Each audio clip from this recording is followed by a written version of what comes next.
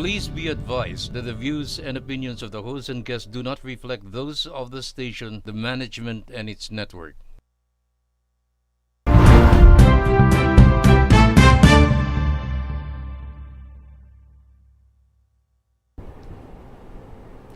Welcome back mga kabarangay sa ating Information Desk segment kung saan ang inyong mga katanungan ukol sa mga trabaho at responsibilidad ay bibigyan linaw ng ating Undersecretary for Barangay Affairs.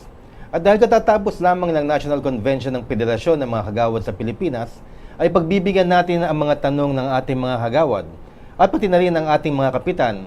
So Yusek, let's get the ball rolling mula kay Romeo Garcia, Barangay Tikay, Malolos, Bulacan. Isang kagawad po daw nila ay lumahok sa nakaraang eleksyon. At dahil sa pagtakbo niya ay nagparehistro sa ibang bayan para makatakbong konsehal. Subalit noong natalo ay bumalik sa aming bayan o sa kanilang bayan bilang kagawad. Wala ba siyang na-violate na batas rito? Meron. Siya ngayon ay non-residence na. Ibig sabihin, hindi ka na botante dahil lumipat ka ng iyong voting place. So, wala ka ng karapatan para doon na bumalik sa barangay na pinanggalingan mo dahil una sa lahat, anong mga qualification? You must be a registered voter on that barangay. Nilipat mo na ang iyong registration. So, hindi ka na voter sa barangay na yan. Kaya dapat ikaw ay palitan na. Ngayon, may bakante na dyan. Ang pagpalit naman dyan, lahat ay nasa recommendation ng barangay, pero ang sole power ay nasa kamay ng ating mayor sa lugar ninyo to appoint the new kagawad na papalit para sa kanya. Okay po, maraming salamat Yusek. Susunod naman po, itago na lang po natin siya sa pangalang Bibong Residente ng Lipa, Batangas. Ang tanong po niya, ang kapitan po ba ay pwedeng magpatira ng empleyado sa barangay daycare center dahil doon na daw po sila nakatira at hindi na daw po magamit dahil may mga gamit po doon sa loob ng daycare? Actually, bawal yan. Hindi mo pwedeng patirahan ang barangay hall o yung daycare dahil yan dapat ay for official use only. Yan ay dapat ang mga residente mo, kung ay yung mga empleyado mo, kung gusto mong igawa mo ng barracks, no? Igawa mo ng parang dormitory. Pero hindi pwede na pamilya ang titira diyan. Unang-una, sinong nagbabayad ng kuryente? Sino ang nagbabayad ng tubig? Dapat yan para sa lahat. Bawal po yan. Okay po, malinaw na malinaw, Yusek. Maraming salamat, Yusek Martin Dino. Mula naman po kay Kagawad Rocky Revillame ng Barangay Infanta, Quezon. Ako po ay chairman ng Appropriation Committee. Tanong ko po ay pwede po bang malaman at makuha ang gastos ng SK para masama sa liquidation ng barangay? Sapagkat hindi po nagsusumite at matitigas ang ulo ng mga SK, kailangan po sa report ko gastos nila. Tama po ba ako at ano po dapat kong gawin? Siyempre, tama tayo dyan, dahil meron tayong tinatawag na transparency. Merong accountability lahat, lalong-lalo na ang chairman ng SK. Lahat ng pananalapi, dapat yan ay open book. Kaya tama lamang na pag humingi kayo ng report ng pananalapi o yung expenditure ng inyong SK, meron kayong karapatan na dapat naman sumulat kayo in writing. Para ngayon, malalaman natin kung kailan kayo sumulat at kung gaano katagal bago sagutin ng inyong SK Treasurer. Hindi ho si SK Chairman ang sasagot. Kasi ang may hawak ng pananalapi ng SK ay ang SK Treasurer. Okay po, salamat Yusek. Ito naman po ay mula sa isang concerned citizen na si Charlie Tiaba mula sa Barangay San Antonio, Manila. Yusek, ang direktiba ng DILG dapat kagawad number 1 ang uupo na kapitan pag namatay ang kapitan, hindi po ba? At paano yung number 8 noong nakaraang eleksyon, aangat po ba? O dapat kung sino ang inendorso ni Mayor ang uupo para makumpleto ang konseho sa barangay? Una sa lahat, dapat yan rule of succession. Automatic kung sino ang first kagawad, siya ang uupo na punong barangay. Maliwanag yan. Rule of succession. Kahit na sinong mayor, kahit na sinong kapitan, hindi sila ang mamimili kung sino ang uupong kapitan, kung hindi ang number 1. So ngayon, dahil mababakante din ang mga kagawad, yan hindi automatic na number 8. Yan ay natama, nasa discretion ni Mayor. Ang barangay, pwede kayong magrekomenda. Recommend. Tandaan nyo, recommend. But the pool, no, yung power to appoint the new kagawad, nasa discretion ni Mayor. Kung sino ang gusto niya, wala kayong magagawa. Okay po. Salamat, Yusek. Yusek, ito naman ay aking katanungan sapagkat marami pong nagpapadala sa atin ng mga comments at mga sulat tungkol po din kapag po ba nag-file or naghain ng reklamo or complaint sa DILG at nasa ombudsman na ang kaso, tanong ng marami, saan po dapat mag-follow up kapag natatagalan na ang kaso nila? Ano-ano daw po ang procedure ng pag-follow up ng kaso sa DILG at kung sakali sa ombudsman? Pagka na-file na sa Office of the Ombudsman ang kaso, doon kayo pupunta sa Office of the Ombudsman. Ngayon, bibigyan kayo ng reference number. Pagdating nyo sa Ombudsman, dahil noon 2 years na nakasara yan, pero ngayon, open na yan. Pupunta kayo doon. Halimbawa, pagka ang follow-up nyo ay para sa Metro Manila, Luzon, Visayas, and Mindanao, may kanya-kanya yan. No? Ngayon, pupunta kayo, halimbawa, kung Luzon. Tapos pupunta kayo doon, kukuha kayo ng reference number. Pagkatapos doon nyo ipapollow up, hindi kayo pupunta sa DILG. Hindi kayo pupunta kung saan man doon lang kayo pupunta sa Office of the Ombudsman at meron kayong reference number. Tapos sasabihin sa inyo kung yung bang kaso nyo is under investigation, under evaluation, o meron ng tinatawag na resolution. Okay? Maliwanag yan under investigation, under evaluation, at saka meron na tayong resolution. Ngayon, kaya dito, maliwanag na hindi DILG ang nagbibigay ng parusa o yung nagsususpinde o yung nagtatanggal. Pagkatapos na magkaroon ng desisyon, ang ombudsman ipadadala sa office ko as Undersecretary for Barangay Affairs at ako ang magpapa-implement.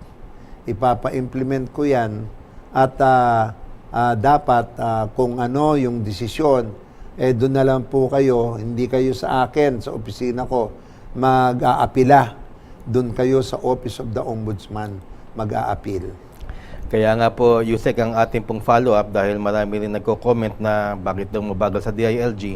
At least liwanagan na ang taong bayan na ang DILG taga-kaso para yung abogado at ang ombudsman natin ang parang korte na magdidesisyon at pag na-desisyon na nila, ilalatag ulit sa DILG para i-implement yung desisyon ng ombudsman like 60-day suspension, mga ganun. Correct. Po ba? Kaya yan ang malinaw na malinaw Pag nagreklamo kayo sa DILG, kami lang ang aayos ng mga reklamo ninyo dahil dito magbibigay naman ako ng recommendation sa kaso nyo para magkaroon ng kayo, parang parang yung CFA, Certificate to File Action in Court.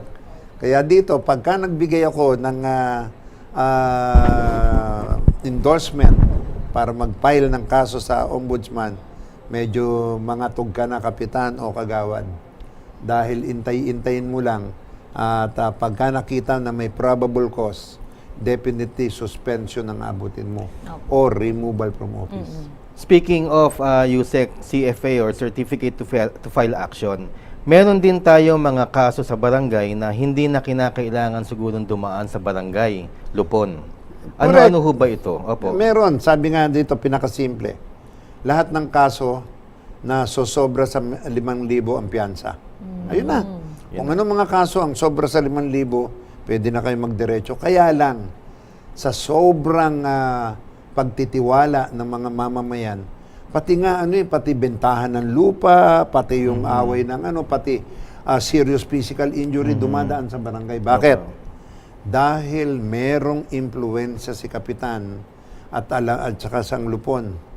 Dahil kung maaayos din lamang, ay para wag na kayo masaktan pareho dahil pagpunta nyo, pag ang kaso ay sumampa sa fiscal's office, at nagkaroon ng probable cause at umabot sa korte, maghahanap na kayo ng abogado at magbabayad na kayo ng 100,000 para lang sa kaso na napakapeti naman ang pinag-awayan. Kaya ang laki ng parte na nagagawa ng ating katarungan pambarangay. Kaya ako nagpapasalamat ako sa OADR, Office of Adjudication ng DOJ, dahil tinutulungan ako ni Attorney Irene Torres na bigyan ng kaalaman ang lahat ng barangay, lahat ng mga barangay tanod, kapitan, secretary, treasurer sa buong Pilipinas. Merong sama-aralan na ginagawa para kayo ay itrain namin sa tinatawag na arbitration.